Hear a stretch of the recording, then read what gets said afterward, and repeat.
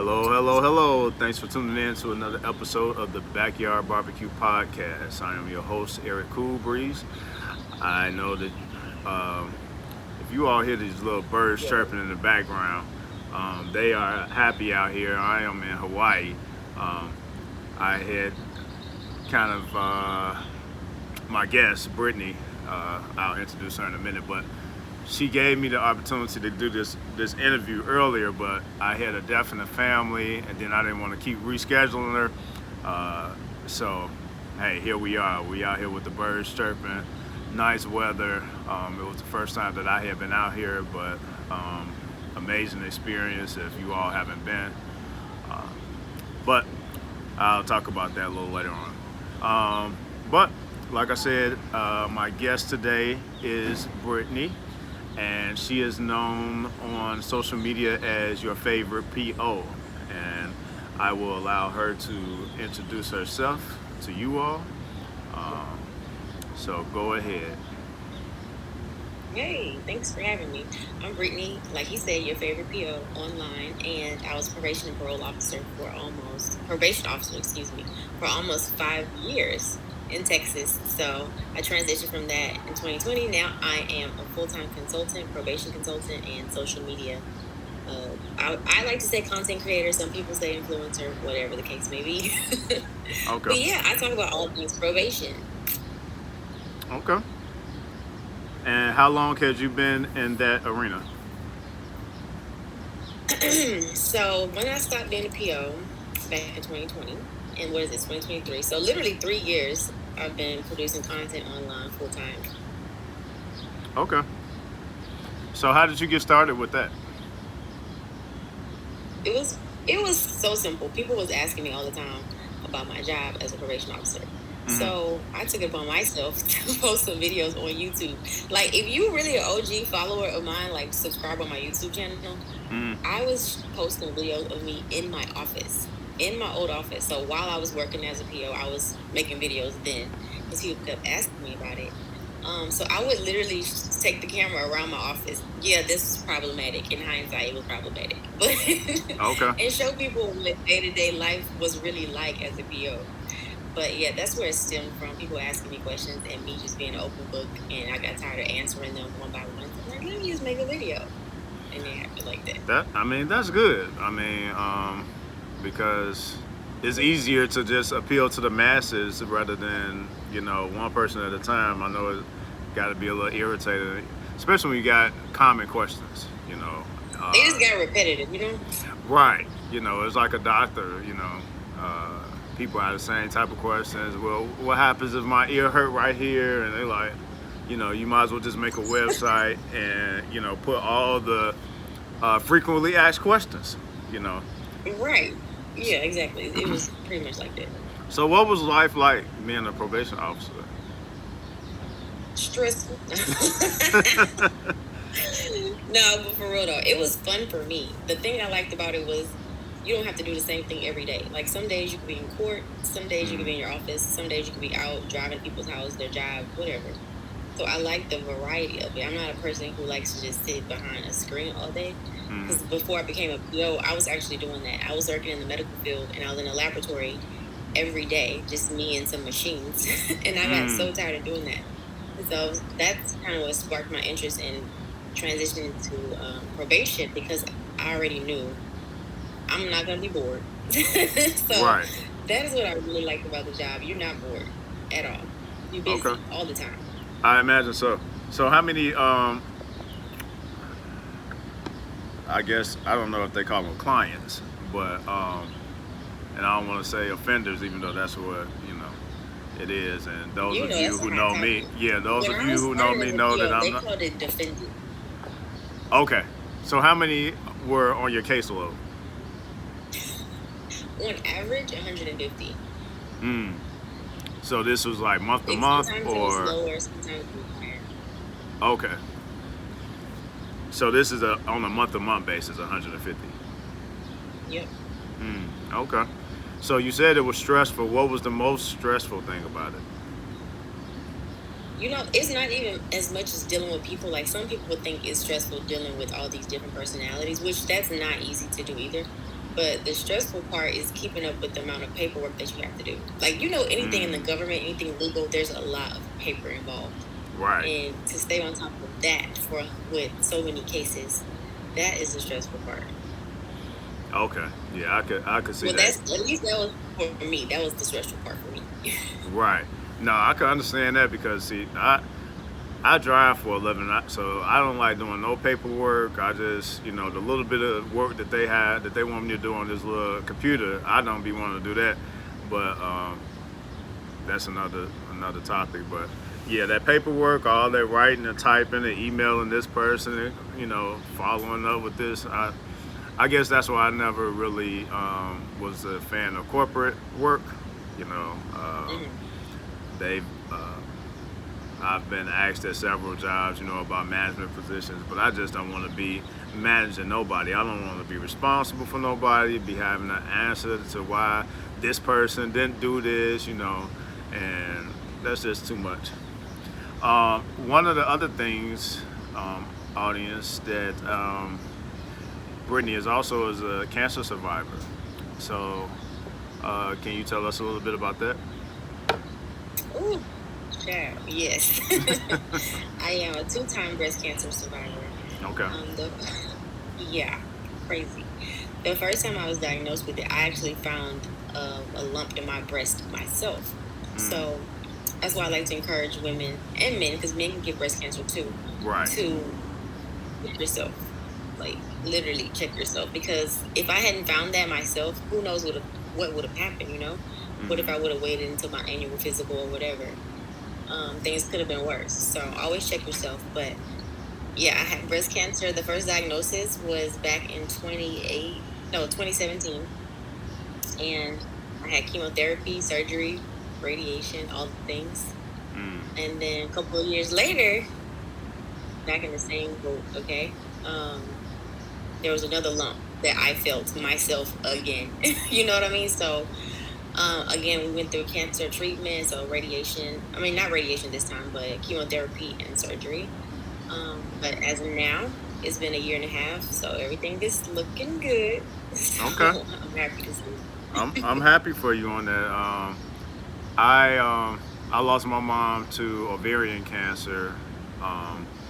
It'll be 6 years this August, and most of the women that have passed on my mom's side, it was six girls. There's 2 that's left. All of them also had cancer. So I kind of grew up around it. Yeah, I grew up around it with my grandmother. That was my first experience. My grandmother passed when I was 6. So I was there like to witness as a child, like me and my mom, we had practically moved over to my grandparents' house, like going through seeing her change body-wise, being in hospice and stuff. Although at the time I didn't, I was a kid, so I didn't know actually about hospice and what actually was transpiring. The fact that she was actually, transitioning at that time. It was almost like they kind of made it where I was involved,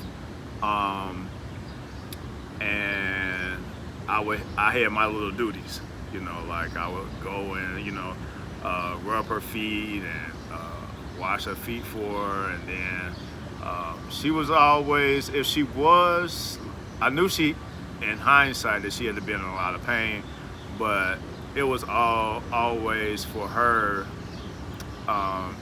She never showed it to me, she just she was just grandma, and again, a lot of stuff I probably didn't realize at that time because I was so young. But then later on, some years later, in my early 20s, my grandfather, he passed. He also had it, but he didn't die from the cancer. He passed to some other things. And then I had a cousin, first cousin. I was actually staying with her, took care of her through the whole process. She had colon cancer, and that was, another situation. So it's been a lot of people that I have been around that have been through it. A lot of women. But one point that I'm glad that you mentioned was for men, because men also, a lot of us don't think that we, just because you don't have a big old,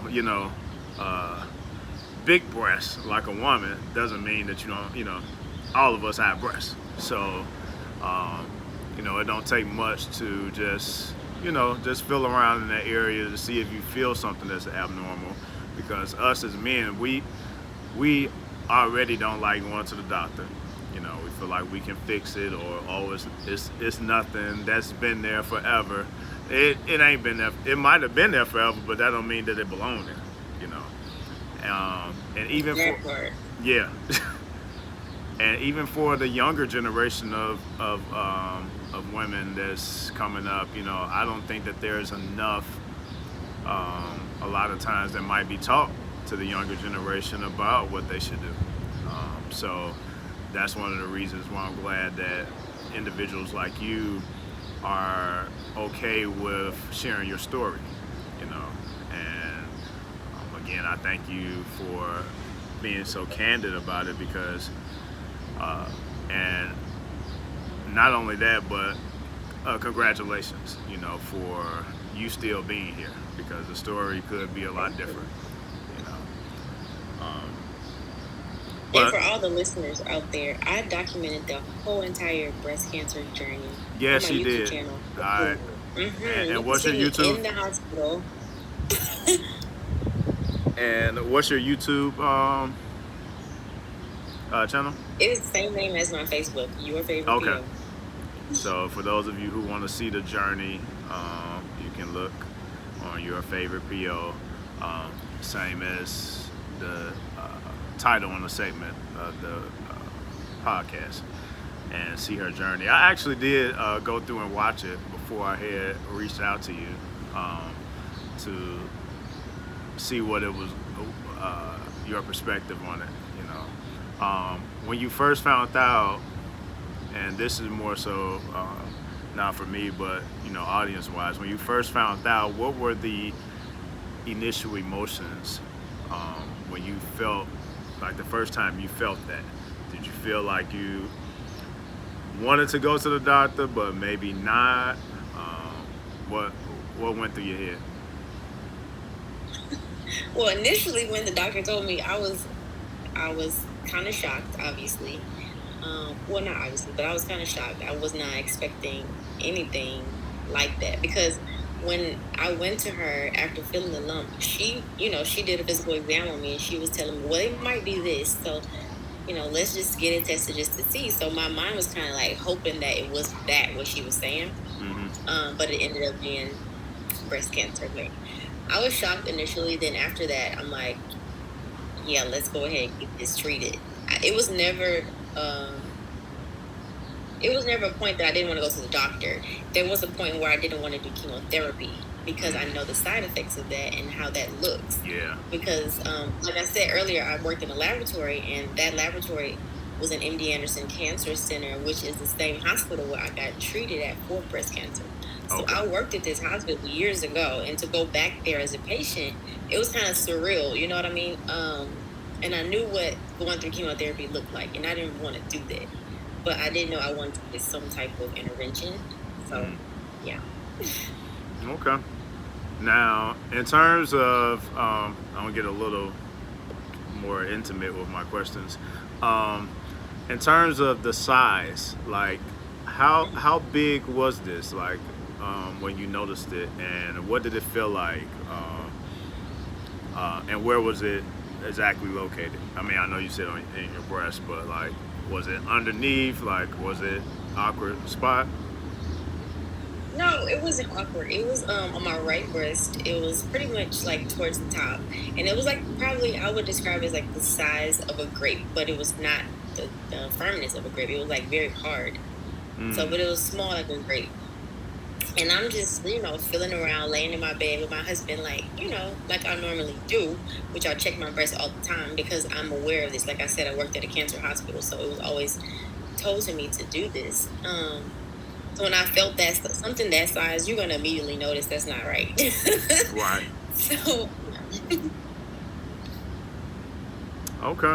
Yeah, because I guess in the awareness scene, a lot of people don't know exactly what to look for. Especially when you start getting older. I don't know how old you are, but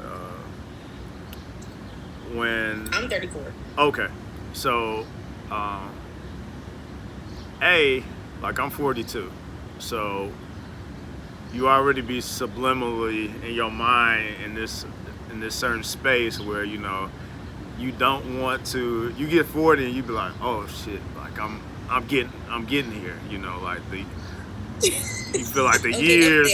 Yeah, it's like you be creeping on up to when you get to about 38. It seems like 38 and 39 go by real quick, and then you get to 40, and you be like, oh shoot, we here, and then you don't want to start doing the things that that you should be doing. It's like when your car, right when you about to get done paying for it, and then stuff start breaking down, and you be like, you be hearing that little knock, but you just don't want. You acting like you really don't hear it. Like that's probably always been right there.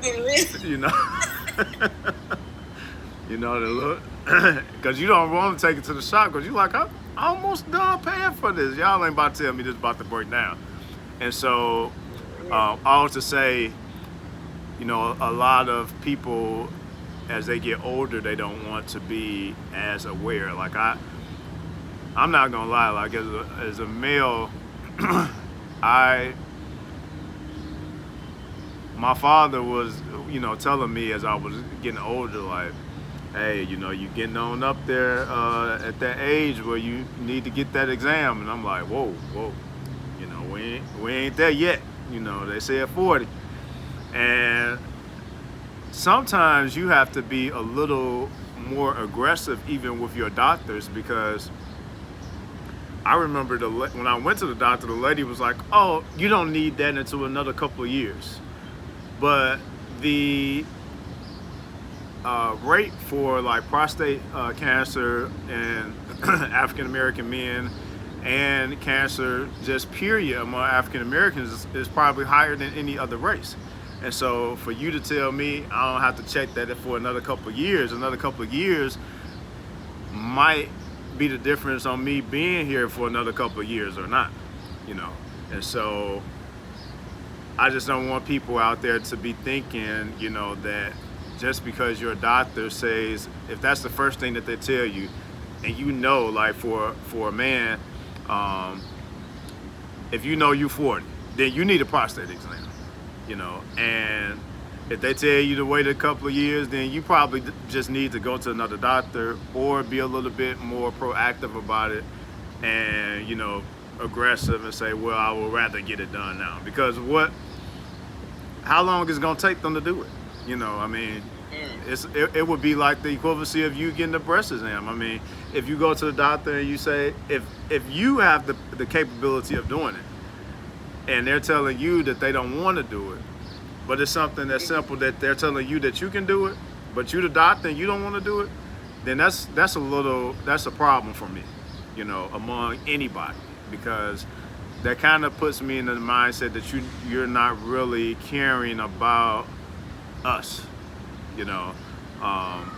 and again, those couple years, couple of months, that could be all the world of a difference. I remember when my mom, so she got rushed to the hospital 2 years before she passed, and she had been having this abnormal growth in her, and it was big. I didn't notice it because of the clothes that she was wearing, but my father, he had to notice, and when she got to the hospital, they said that if she would have not made it to the hospital, if she would have went another couple of days, that she probably would have died then, you know. And I remember just thinking like, man, you know, like, I wonder if she was scared, if she was just like ignoring it, like, but I also say that to say that they wind up removing it, and she went through, you know, the chemo sessions, and she didn't get the radiation, but she did go through chemo, and but then it still came back 2 years later, and when it came back, it was very aggressive, and that's when, you know, it kind of just took over, and, you know, she wound up passing from it. But all to say that, man, those couple of months, or, you know, the more time that you let go by, the more, you know, drastic that thing could be. So another question that's a little intimate. So after you went through this, did you wind up getting your breast removed, or what was that process? That's a good question. For the first diagnosis, I just had what they call a lumpectomy. So they go in there and they just excise the tumor. So they just take the tumor itself out, which was very small. Like I said, it felt like the size of a grape, but in all reality, it was actually smaller than that. So we're talking about millimeters, okay? So they just took that out. So I still had both my breasts, natural breasts. And then the second diagnosis, I did have a total mastectomy on the right side, and they reconstructed the breast. So I have one natural breast and one breast that has been reconstructed. Yeah. Okay. So reconstructive, for the men or women that don't know what that is, what do they do with that process? So that you have a couple of options as a woman who undergoes a mastectomy. You can get an implant, which we all know. Well, I think we all know what implants are. Right. Which I opted not to do that. Or you can use your own tissue to reconstruct the breast, which is the option that I took. So they take tissue from other parts of your body and they'll just put it and form the breast. Okay. Yeah, because some of this stuff, I'd be asking for them, but I don't be knowing either. Yeah, you have options, yeah. That's interesting. Now, does that... But I wanted to piggyback off what you said, though, about having to advocate for yourself. Because when I found out the first time I had breast cancer, I was 29 years old. Mm-hmm. And they tell you that you start getting mammograms as a woman at age 40. So here I am, 29. Never in my mind did I never had a mammogram, first of all. Your doctor doesn't even, recommend that. But during your annual exam, they just feel your breast for you or whatever. So you have to advocate. Even if you're younger and they tell you, like you say, you don't need that, baby, yes, I do. Give me the test. Right. Like, this is my body. Pay for it. Give me the test. Mm-hmm. So, yeah. Yeah, and I'm paying all this good. Well, it don't matter if you're paying for insurance out of pocket or if you getting the government. If you getting government based medical benefits, then people like me, we paying for you to go. So go. Go, please go. And sometimes it's funny that people don't know the right questions to ask, or they're afraid to ask, or they think they can't ask. But this is your life. You have to ask. You have to be your own advocate, because sometimes they're not gonna do that for you. Yeah, and that was, man. You said you were 28. I was 29 the first time I was diagnosed. Yeah. So that means that you possibly could have had that probably at 20, 26, 27. Like, very, very much possible. Yeah, and just with a slow growth, because you said it was maybe the size of a grape by the time that you found it. Right. Yeah. And then when you think about that, like, I guess it's very important to just, we probably don't think about it, but just to kind of feel on yourself, if you would say, more frequently, because if it was that size when you caught it, like it, that means that it hit because it just didn't get that size. I'm assuming probably overnight. So that means that it probably had been there for a little bit just until you wind up, actually feeling it. And I'm a person that I will always do self exams monthly. Like Okay. that's the thing I do on top of that. You know what I'm Okay. saying? So that's what I always tell women. Like, just do it monthly. Because if you're doing it too frequently, then you may not notice subtle changes because you're doing it all the time. So, but if you're doing it like on a monthly basis, then you can be more aware of the differences and the changes. Okay. Um, as far as support, how was your support, um, like with family and friends? My support was phenomenal. Okay, but the first time that I oh my webcam went out. Sorry. The first my bad. But can you still hear me? Can you still hear the audio? Yeah. Yeah. Okay, cool. Sorry. The first time that I was diagnosed, I didn't even really want to say anything out the gate to my family because I didn't want them to look at me like and pity me. You know what I'm saying? Right. Like Like you was dying. I didn't want to be treated any differently. I didn't want them to always, just want to talk about that when we had conversations. So I didn't really want to express it to them until I was comfortable and until I had a whole treatment plan with my doctor. So Okay. once I was clear on what I was gonna do, and then I shared it with them, oh baby, they were very, very, very helpful. And I'm And then glad. the online community was even more helpful. Like the people that I was sharing the journey with on YouTube. Oh my God, I call them my pink sisters. Let me tell you, phenomenal. And that's good, because like I don't care who you are. Like I guess because I went through it first out of all of my friends, except for one person. I lost my mom first, and so like when I hear about people, and it don't matter, you could be just somebody that I work with, that I run into often. Like once I find that out, like I always check on people, because the aftermath is always the part that gets you, when it comes to like a loss. People are always there for you when it initially happens, but then a month goes by, and truth be said, people, they move on with their lives. They kind of forget about what you're going through.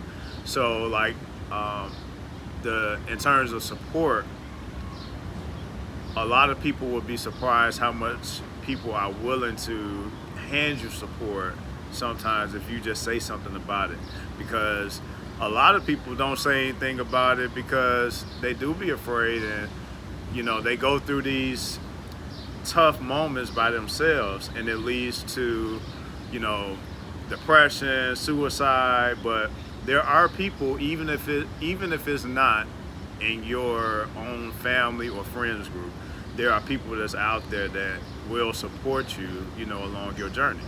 And one thing that I like that you mentioned also was that you came up with a plan.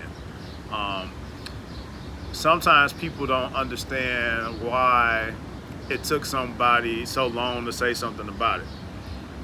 But a lot of times you be wanting to come up with what you're going to do, by yourself first, because they don't know what to do. You tell them like, hey, I got this going on, and then they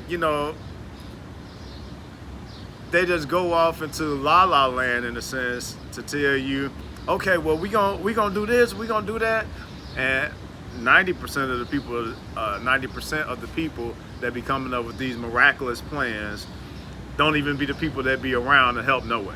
So you be like, okay, well let For me, real. right. It's like the person that when you lose a family member or a friend, and they be like, hey, if you need anything, call me. And then you be like, well, yeah, I actually do need, oh man, see, if you would have let me know before, or if I would have let you know before they died, then you could have helped. Okay. Yeah, exactly. So it's like, just to give, you all out there some tips, if you're going through a similar situation, like Brittany said, get you together a plan, for yourself.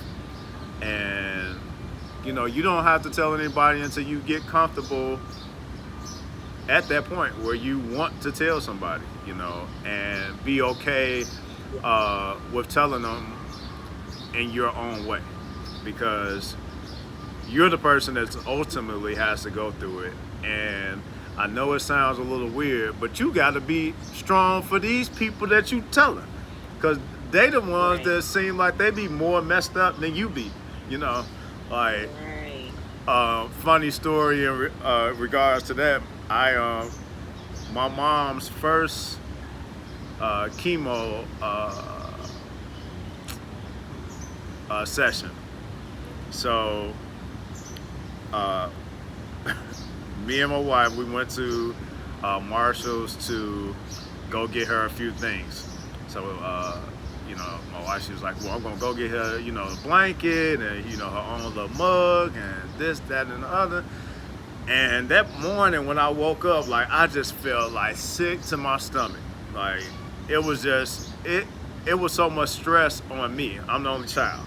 So it was like so stressful for me to think about the fact that my mom is going to chemo, but not the fact that, this could potentially make her better. It just was like I guess it was kind of like a flashback for me also, of just what my mom went through with her mother. And so we're in the parking lot, I'm getting like my head is hurting, my stomach is hurting, I done threw up. So I opened the door to throw up, and the next thing I knew, it was somebody standing over me like, hey, are you okay? I done fell out of the car, then bruised my head up, and land in the vomit. So they take me to the hospital. So mind you, we're down the street we just blocks away from the hospital that my mom's going to get her chemo. So I'm downstairs in the emergency room, she upstairs getting the chemo, and she like, see, that's why I didn't want to tell you nothing. Yeah. That's exactly Prime why. example. Yeah. And so, again, that's why you got to have a plan together, because, the people that you tell, they're going to need support. And even though you going through it, they need your support. Like, look, I'm going to be okay, okay? I know. I'm here for you. You'd be like, oh my God, like, I should have never told you. Yeah. You have to be strong, and you have to have clarity on your situation before you can allow those outside opinions to come in, because sometimes when you tell other people, they'll impose their opinion on what you should do, but you have to be strong and know that, hey, I've already come to Right. terms with what I'm gonna do with my doctor. So I don't really, those outside opinions won't affect what you have going on. Right. And like, I'm an energy-based person. So how is it now with, like, I equate a lot of illnesses that we go through with stress. I believe that stress can be one of the primary factors to all illnesses. I watched one of my cousins that passed of cancer. She was in remission, and her son got killed. And I remember walking in the house and coming from the funeral home, and she was sitting at the table and she just, like, rubbed her head, and just all her hair just came out, like, and her cancer had came back that quickly, because of the stress that she was experiencing from her son being killed. So, for you, in terms of like stress management and being able to, everybody has their way of relieving stress and keeping a certain type of energy in their circle, keeping the negative influences out. What is that like for you, in your after journey, and staying healthy, foods that you eat, stuff that you don't eat, how is that? Now you over here about to hit a nerve, okay? Hey, Because hey. the stress, okay, the stress. Me, I like to travel, and I keep my circle real small. It's real tight, Okay. so it's not too many people that I have in my life like close to me. So the ones that are close, they don't stress me out. They relieve the stress. But I travel a lot. I work out, and the diet. I'm working on the diet, baby. Funny story. It's not really funny, but what happened? I went vegan the second time that I was diagnosed. I immediately went plant based for 3 months, and so when I started chemotherapy, my blood counts they were dropping. So, in order to get the chemotherapy, you have to have your blood counts at a certain level. So I wanted to finish the treatment, so I started eating meat again to help the blood count. But had it not dropped, I probably would have still been plant based right now. But I am on a journey. I say you about to hit a nerve because I'm on a journey to do better in life, okay? I'm trying to stop drinking alcohol. Y'all, alcohol is a contributing factor to breast cancer, getting breast cancer. So, knowing that I've had this twice, why am I still drinking alcohol? Tell me. Y'all tell me. I know it's a struggle and I'm working on it. It's a process. And I'm literally on a health journey. I'm on the transformation journey, like holistically my whole life. But the stress part, I mean, I have that under control. I work for myself now, so I don't have that stress that I had at probation anymore. But obviously, working for yourself can be stressful too. But I take time to I connect with God, connect with people that I love, and I just travel the world. Yeah. We all have our own guilty, sinful pleasure, I guess, in lack of better terms. Yes, we do. Even if some of us don't want to admit it, we do. Yeah, some is, and it could be anything, like when it comes to stress relievers, like my wife, she's a shopper, so it's retail therapy. Like she gets stressed, and there'd be all kind of boxes coming to the house. Like I'm an alcohol person too. I have been so my wife, she does fitness shows every year. Matter of fact, she just did one 2 weeks ago, and she won first place bikini, and then she's going. What? Shout out wifey! Congratulations. Yeah, and she's actually talking about doing another one. I think November. But anyway, after my mom passed, I wind up doing one of the fitness shows with her because I also, I started drinking a lot. Like, I was drinking, I drive professionally, like, semi-truck. So I was drinking, I was taking like a half a gallon of Crown to work with me and drinking it while I was at work. And I remember one day I was like, I wasn't working for anybody, I was working for myself. And I was like, I need to find me some weed, And it was in that moment that I realized that two things. A, I needed to do something different so that I didn't keep going down this substance abuse path. And two, it opened my eyes and allowed me to have a lot more empathy for people that are addicted to drugs. Because nobody wakes up in the morning like, hey, I think I want to try some coke, or I think I want to try some crack. These are levels to people being stressed. A lot of times it happens, it starts off with alcohol and then a little weed, and then, eventually your body is designed to build up a natural tolerance for anything that you're given, probably besides water, but even flush water out of your system, along with the toxins that come out with it. But you start off, at these low points, a little drinking, then a little smoking, and then next thing you know, somebody introduces you to something else, then something else. And all of these factors, all of these different substances are only a means to run from the actual situation that's going on. It's really you hurting on the inside, and you need to mask that pain.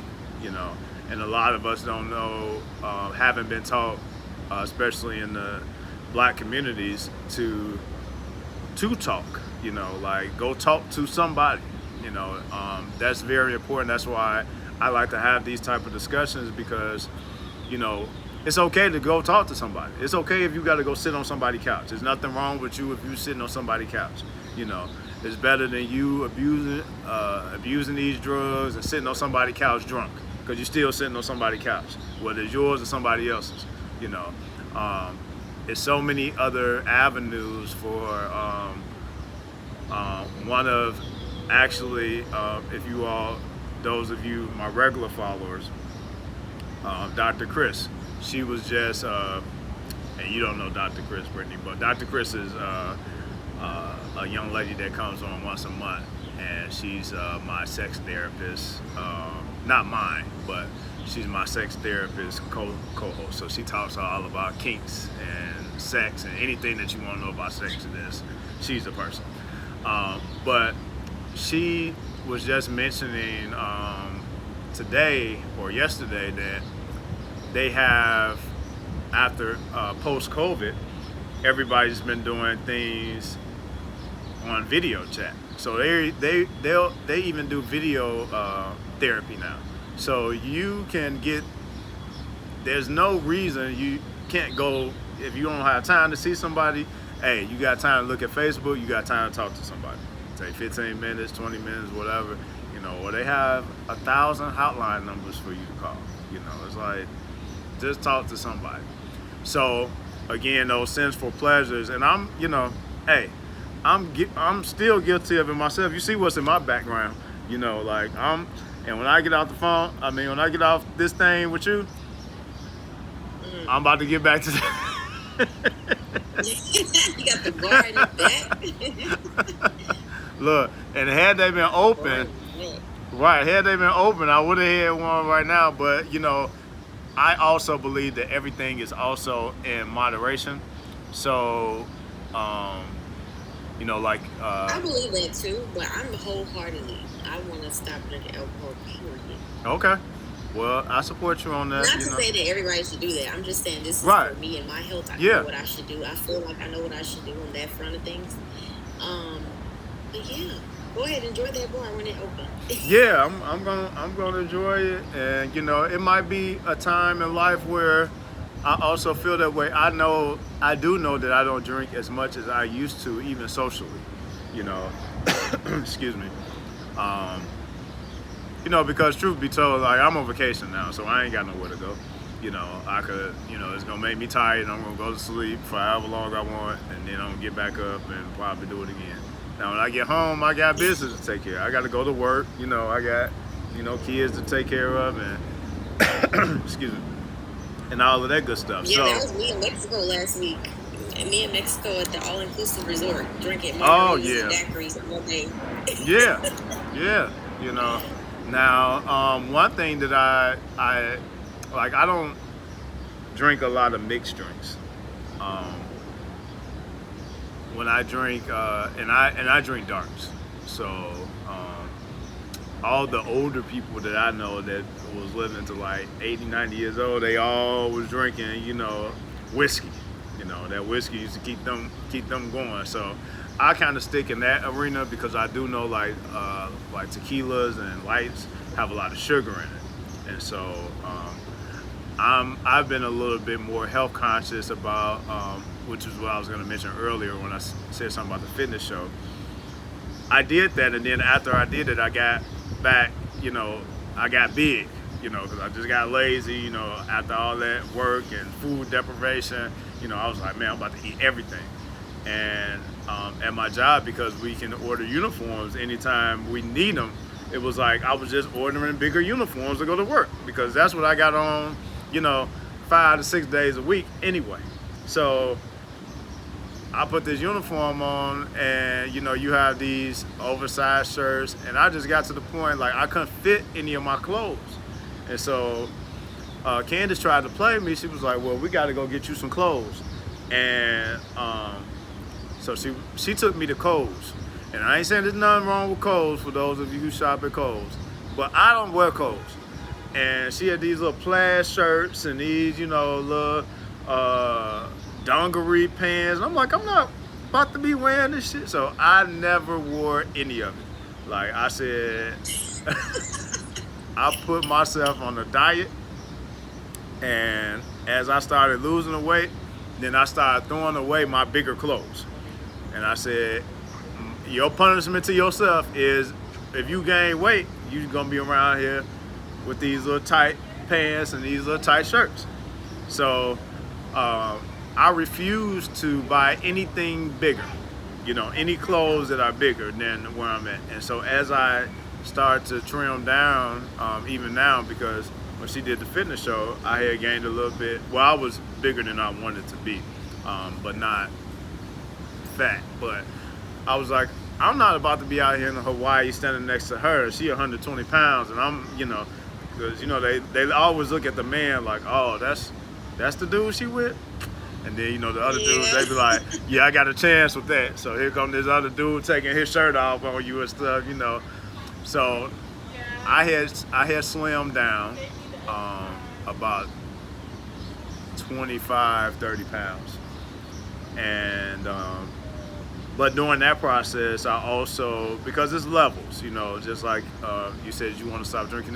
It's even levels to that, like you get to certain points at certain time periods. And I think that it's important, unless you're an actual addict, I think it's important to allow yourself to go through those different levels, because whenever you try to do something just cold turkey, a lot of times it's not going to be just cold turkey.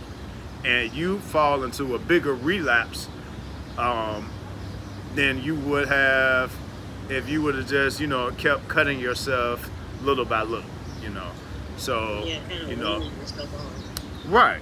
So when you reach that mental state with anything, you guide yourself off, little by little, like you said, wean yourself off, and, hey, before you know it, you will be there. But whatever. Hey, you should be a probation officer, because we have to tell people that all the time. Oh, nah. Look, all my followers probably laughing. They ain't let nobody with my old background, to be nobody probation officer. They be like, oh, no. Hey, you got the life experience to tell them what's up, to help them through it. Oh, no. I ain't. Look, for one, look, they had, we had went on a tour 2 days ago. And at the end of the tour, the last stop was at the Supreme Court in Hawaii. And so everybody's like, oh yeah, let's go in and see. I'm like, all of them look the same. All of them look the same. I done seen enough of them. I done been in and out them places enough times on both sides. I done been in the front side of the building and the back. So I don't need to see nothing in this building. And we walked in ahead. Well, I didn't walk in, but the door was open. And they all had them little marble stairs with them nice antique rails. I said, see, it's all the same. It's all the same. So, yeah, I ain't built for that. My kids know, hey, if you do something, don't let me be your first phone call, because as soon as I hear you have a collect, I'm not. Yeah, you got one get out of jail free card with me per lifetime, and that's it. I'm not. But that's another topic too. But yeah, no, I ain't. Look, I'll be post probation. All right. Well, how do you feel about probation? How do I feel about it? Yeah, a lot of people have a very negative stigma or a very negative connotation when they think about probation. So how do you feel about it? So me being on, I have been on both sides of the fence. I have been on probation and I have been on parole. I feel like probation is designed to I would never um, suggest to anybody to take probation unless it's just like absolutely necessary. Parole, Wow. I feel like I feel like probation is designed to put you one step closer to going to prison, and I feel like parole is designed to keep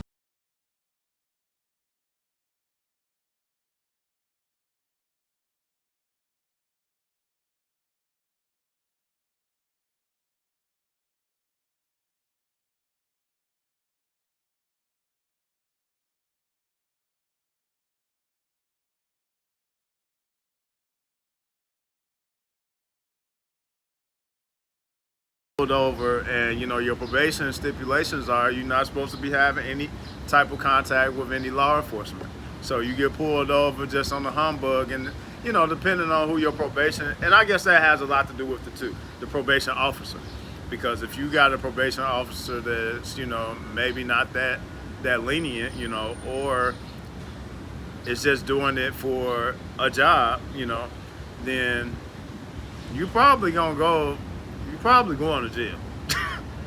you know, um, Parole, I just feel like they do a lot more to keep you out. Like that, your parole officer is like almost your best friend while you on parole. At least it better be. Because they can come and get you if you you get in trouble. They come and get you. When you on probation, ain't nobody coming to get you. Ain't they? You going to jail. So Going to jail. yeah, yeah, you going. I think the whole concept of probation is good. When I say that, it's because I like that there is an alternative to sitting in the county. You know what I'm saying? So we're gonna say, for instance, like petty stuff, crimes, lesser crimes, for somebody who's never been in trouble before, and you go to jail for a DUI, your first time ever in your life, right? I like that there's an alternative that I can be out instead of having to sit in county for 6 months. I like that. Is What? probation for everybody? No, obviously not. It's not for probably 80 to 90% of people. Oh, baby, it's for me because I'm not going to sit in county. I'm not doing it. Like, Yeah. if I were to ever get arrested, I'm not sitting in county. But Let me see- out and I will take probation. But see, individuals like you are probably not going to actually put themselves in those type of positions either. Now, But life happens. Life happens to everybody. You never know what can happen. it does, and I'm not, down to anybody, because everybody that knows me knows, my story. So we don't have no time for me to get into it for Brittany's followers. But hey, I got it on one of my other podcasts. You can look it up. I have no shame, because I tell it because I want to make people more aware of decisions that they make also. And also on the back end of it, to know that doesn't have to be the end of your life. But like, I was on probation, and I remember when I was on probation, I had moved to a whole nother state, and I was flying in every month to see my probation officer, and then I would fly back to the state. Now, she didn't know that I So what was you're saying is you were flying and they didn't know you had moved. right. Okay. So yeah, she didn't know I was over there. I was just flying back every month and reporting, and then flying back home. So, so people like me back then,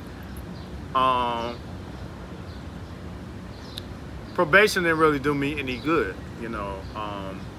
I guess it depends on the mindset of, like, they do the pre-trial services. Before you. When you're going through that whole process. So, for those of you who don't know, pretrial services, like, you go and you talk to somebody, and they analyze your, background, ask you all type of questions about, when you grew up and all this stuff, and where you're gonna go when you get out of here, what type of support you have at home, blah blah blah. And so they make a assessment to see if you would be eligible for parole, or like if you got other charges like drug charges, maybe drug court or something like that. So Eligible for probation, not for parole. no, You not said for probation, parole. right? No, I said like drug court. If you have to, if you're a You substance. said parole. You better run the tape back. You said parole. But Okay, he well, meant my probation. fault. My fault then. Hey, that's what you here for. I know you want it. So so when they do that, I mean, we keep it a buck. So you're gonna tell those people whatever you want to tell them so that you could go home. The problem with probation services especially among blacks, I believe, is that because we are literally, you're in a cage.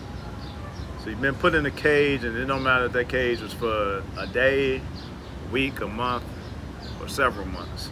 You're uncomfortable because you're in an uncomfortable situation. You're only looking for an out. And so they present you sometimes with, especially like I did time in the South, in Georgia. So they present you with crazy things, crazy numbers with probation that, in my opinion, are not even attainable. Like I remember when I was fighting my case, they had offered this guy like 10 years of probation. Now, first, we factor it out. Guy was like 20 years old. So for you to take 10 years of probation, you're 20.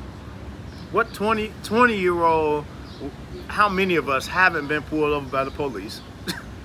Haven't did something that was, and for those of you who haven't been pulled over by the police and goody two shoes, blah blah blah, all of us have done something that we just didn't get caught for. So let's, we're gonna keep it 100 about that. So, what is the likelihood of this boy returning to jail, going to prison? It's higher than it is him not. And so I feel like that and the prison system and the correctional system is a business. And so it's definitely a business. yeah. And so it's you have these ADAs, assistant district attorneys, that's working with the judges, and then the ones that can't afford the defendants that can't afford an actual attorney, then they have these, as they say in Georgia, public contenders or public defenders that are working with the prosecutors, and they're making, it's an actual, just like trade program. Okay, I'm gonna give you these 3 guys, and then you give me this one. You owe me one. Hey, give me this one, and I'll give you that one. It's like these people don't know anything about you. I remember when before I had got a paid attorney, they gave me a public defender, and that man came in and said, "Well, Mr. Pertee, I got a very generous offer for you." I said, "Okay." He said, "Yeah, they're offering 30," and I'm thinking this man's talking about 30 days. This man said 30 years. I was 26 years That was old. a generous offer. At 26 years old. Not a probation to serve for credit card fraud. Come on now, I'm not. I said, man, you signed it and then you do it. Okay. Since you think it's fair, like. And so that's I guess that's even more important. Like I have 4 boys, and I constantly stay on them about what they're doing. I try to keep the lines of communication open with them about actually what they're doing.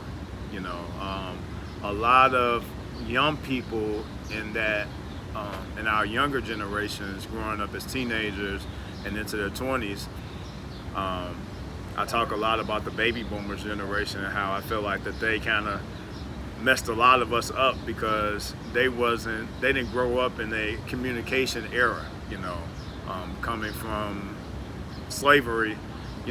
People wasn't talking that much. Their parents wasn't talking to them like how we might talk to our kids in this day and age. Even if you don't have kids, nieces and nephews, cousins, you know, we talk a lot more than what our parents did. But talk to these, younger people that's in your circle, because a lot of times, you might find out stuff that they're doing that you could just be like, you know what, you probably just don't need to be doing that, like, or just find out why they're doing it. Because especially for our young men, you go to jail again, you're just looking to get out. You would sign anything, and you don't have any, real counsel there. 9 out of 10 times, you're thinking that they tell you, hey, we're gonna give you an attorney. Folks ain't for you. They're getting paid by the same person. How is it not a conflict of interest for both of these people to be getting paid by the same people? You defending me, but you also hired the guy that's prosecuting me. Come on. And they all getting paid by the state. So you have to think, like, hey, this ain't right, So there's such a wide spectrum, okay, of the types of people and cases on probation. That's why I say it's not for everybody, but yeah. I feel like in some instances it's worth it. In some instances it's not so worth it. And that was one of the things that contributed to me actually leaving. Because listen to this. I did a video on YouTube, and in the video I said probation, don't do this. Don't take probation if you want to drink alcohol or something to that effect. Right. I was like giving reasons why you wouldn't take probation. And so the management found out about it, the video, and they looked at the video, and they were like, you can't say that. I'm like, why not? This is my opinion. So you basically don't want me to tell my truth. So like that was part of the reason why I didn't want to stay there anymore, because you have to conceal so much. You literally have to lie to these people sometimes. And I didn't like that. It didn't feel good in my spirit to be lying like that no more. I'm like, I can't do this. Like, no. Yeah, I mean, and like I said, from being a part of that system, like almost 15 years ago, like it's not designed to help us. It never has been. Your best bet is just not to be getting into trouble. But I do know, like, I would never, one of my kids got in trouble, I would never just have no sitting up there with no public defender, because it's not, it's nothing good that's about to come out of that situation. And they don't take the time to get to really know you. They don't really care. No, you're a number and you're a folder. Like you said, they don't know you. Yeah, you're a number and you're a folder. The guy. It's kind of hard to. Yeah, and I assume so, and that's why I had asked you earlier, like, the amount of individuals that you had to deal with, your caseload, because even on that level, 150 people, that's still a lot of people, like, and you're constantly that getting. That is a hell of a lot of people. Yeah, you getting people that's one drop because they didn't went to jail. One, they finished with their probation. One you can't find. It's like it's a lot. And it's just a revolving door. And I understand how it can be desensitizing, because you hear sometimes a lot of the same stories so much. You be like, okay, man, like, all right, well, look, I gotta take you back, and it might be probably somebody that might actually have the real story, but you done heard it 150 times this month already from everybody else. Is like, it's that whole system is just, not built, anything for us. It's not working the way that it is. It needs to be. It needs to be changed. It needs to be torn down, burnt, buried, and rebuilt. Damn. And that's why I'm very adamant about people, going to these smaller elections and knowing the people that's in your neighborhoods, because when you have instances and conversations like what we're having now about criminal justice reform and education reform and things to that nature, these start off at smaller levels. Everybody goes out and vote for the president. The one person on earth that got an answer to so many other people can't even do nothing. It's these lower people that stay right down the street from you. These senators and your congressmen and your aldermen. The police chiefs. When you're voting in your mayor, the mayor is the one that's bringing in the police chief. So when you have problems in your neighborhood with the police, that's because you didn't bother to vote for the mayor. The mayor, the one that brought in, that's responsible for the atmosphere at the police department. And so until we start being a little bit more proactive with our resources and how we use them, the ones that we do have, then we're forever going to be in a cycle with this older generation, especially when it comes to things of that nature, like criminal justice reform. You have a bunch of Caucasian men that's sitting up at Capitol Hill that are not willing to make changes on any of these things. And so if you want changes to be made, you have people that's in the system and they're not getting fair treatment and all of this, then that's where you need to start, is more closer to home. Because these people are set in their ways, and they're not going to change just because we get out and we put up a couple of signs. I just seen on the news 2 or 3 days ago about how the Southern Baptist Church kicked out some churches from underneath their quote unquote covering because they didn't want to allow women to be pastors in the church. So what you think they think about your kid or you, in a reform about something that you did that was wrong? They won't even let a woman speak about what to do that's right. But these are all, things that while we need to constantly have, conversations and just, you and I was talking before this started and just having, keeping it real conversations. Like, I just refuse to use my platform to sugarcoat anything for anybody. Like, this is the truth, and this is why, situations are what they are. And, we didn't spend too much time, like, with our tail tucked between our legs, in a sense. Like, it's, stop. It's just, it gotta... You said that probation is the broken system, right? And, like, it needs to be burnt down to the ground. Yeah. I completely understand, and I kind of sort of agree with it. But I wanted to circle back because what I do, probation consulting, given we know it's broken, right? But some people are in it.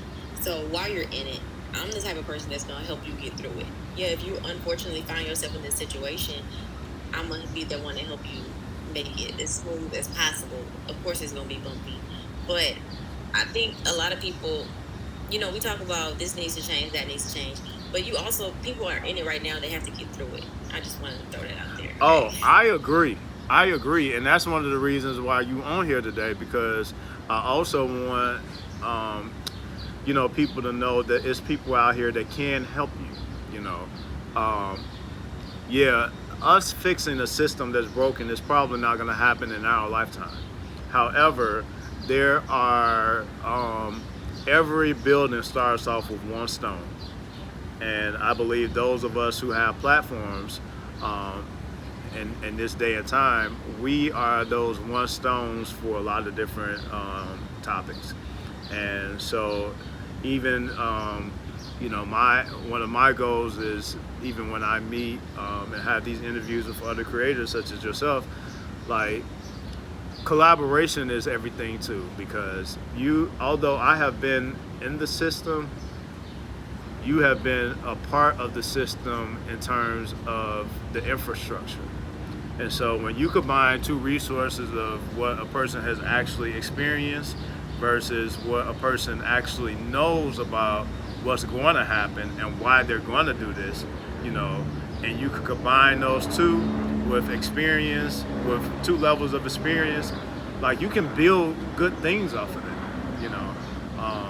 And there are conversations even, and I hope, I don't put you on the spot a little bit, I hope that we can do this again soon, more regularly, because there are things and topics that just there's a lot of young people that watch podcasts, YouTube, all this stuff. So as we're talking about these different things, even if it just strike one ear out of 100, and then they pass it on to 10 of their friends, and maybe one pick it up, and then they pass. As long as we keep going with some type of process, and if we can get 10 out of 1,000, but those 10, they got 2,000 friends each. It's at least going somewhere, and people need to know. And I'm glad that you have that type of your consulting business, because people that are on probation, I'm glad that it keeps them from being away from their families, and I hope that those that are, take advantage of the fact that they're not in jail or in prison, and to have somebody that looks like you, that's more concerned, that can tell you, hey, look, this is what they're going to tell you, this is what's going to happen, and this is how you need to prepare. It's kind of like what you said about, your cancer treatment. Hey, this is the plan. Like, we need to have plans, and, even like for me, like I didn't go through a lot with probation, and I didn't even go through a lot with parole because of, my case. My parole officer didn't feel like it was really that big for her to be checking on me monthly, so she would just call me. But even life after that, what I'm saying? Because it's fine to get people, guide them through the parole or probation process, but then the bigger problem is keeping them out, because the system also isn't designed like, I was released from prison, and then they said, hey, you're a free man. But am I really free? Because I went to find an apartment after that, and I had to tell them about my background, and I had nothing, sexual, nothing with any kids or anything like that. But I remember this one little raggedy ass apartment building had the audacity to tell me that I had to wait 15 years to apply for that apartment.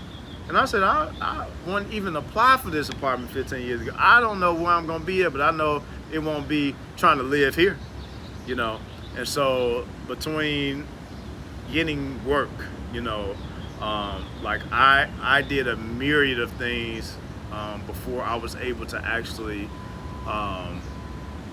get employed with a reputable company, But there are things that, people can do in that in between time, until you are able to get on your feet and sustain you for you and your family. And so, again, like I said, I hope that you and I can have another conversation in the future. Even on me coming on your show, and giving some. Yeah, I gotta get you on. I gotta get you on my Facebook. Yeah. I gotta get you on live. We gotta go live. Yeah. We can definitely do that. I'm all for it. I love helping people, giving them, knowledge, whether it's, it don't matter what it is, as long as, I can help you out. So. The beautiful thing about life, and people don't like sharing stuff, but there's nothing on this planet that hasn't already been done, or something that hasn't already been said. So, like, why? I don't understand why people are so apprehensive about sharing stuff. Like, there's thousands, hundreds, millions of people who've been through the same shit already. Like, I ain't even gonna get too deep into this topic, but it's a lot about how we live in this day and age. A lot of people live their lives through these social medias. And so you have to look apart, like I can't go to work until, I take a picture and show, everybody what I'm wearing. If I ain't got 50 likes in the next 5 minutes, then I ain't gonna be able to function right, And so when you yeah, we gotta have a whole nother episode. Yeah. Eric. We gotta have a whole Yeah. So when you live in life like that and you can't function without, approval, you can't go against because I see people all the time, especially, these kids, like I be talking to their parents, so I be knowing what be going on, but on social media it looks like you would think that they rich, balling out of control, but they be, somewhere sitting in the corner, and suicide rates are going up, and it be all in that age group. But again, that, like you said, that's another episode, but we could definitely talk about all of that. But Okay. I enjoy having you on my segment, and we gonna I ain't gonna say I hope, we're gonna bring you back on here. I'm gonna get on your show. We're gonna do lives. We're gonna do the whole 9 yards, 10 yards, so we can help these people out here. Yes, help each other. That's what it's all about. Helping each other. Most definitely. Well, we're gonna wrap this thing up. I thank Brittany for coming out here. Y'all gonna see her again. I ain't gonna let her skate away. She won't be a one-time guest. Be that into the atmosphere now. And I will see you all next week with another episode. All right.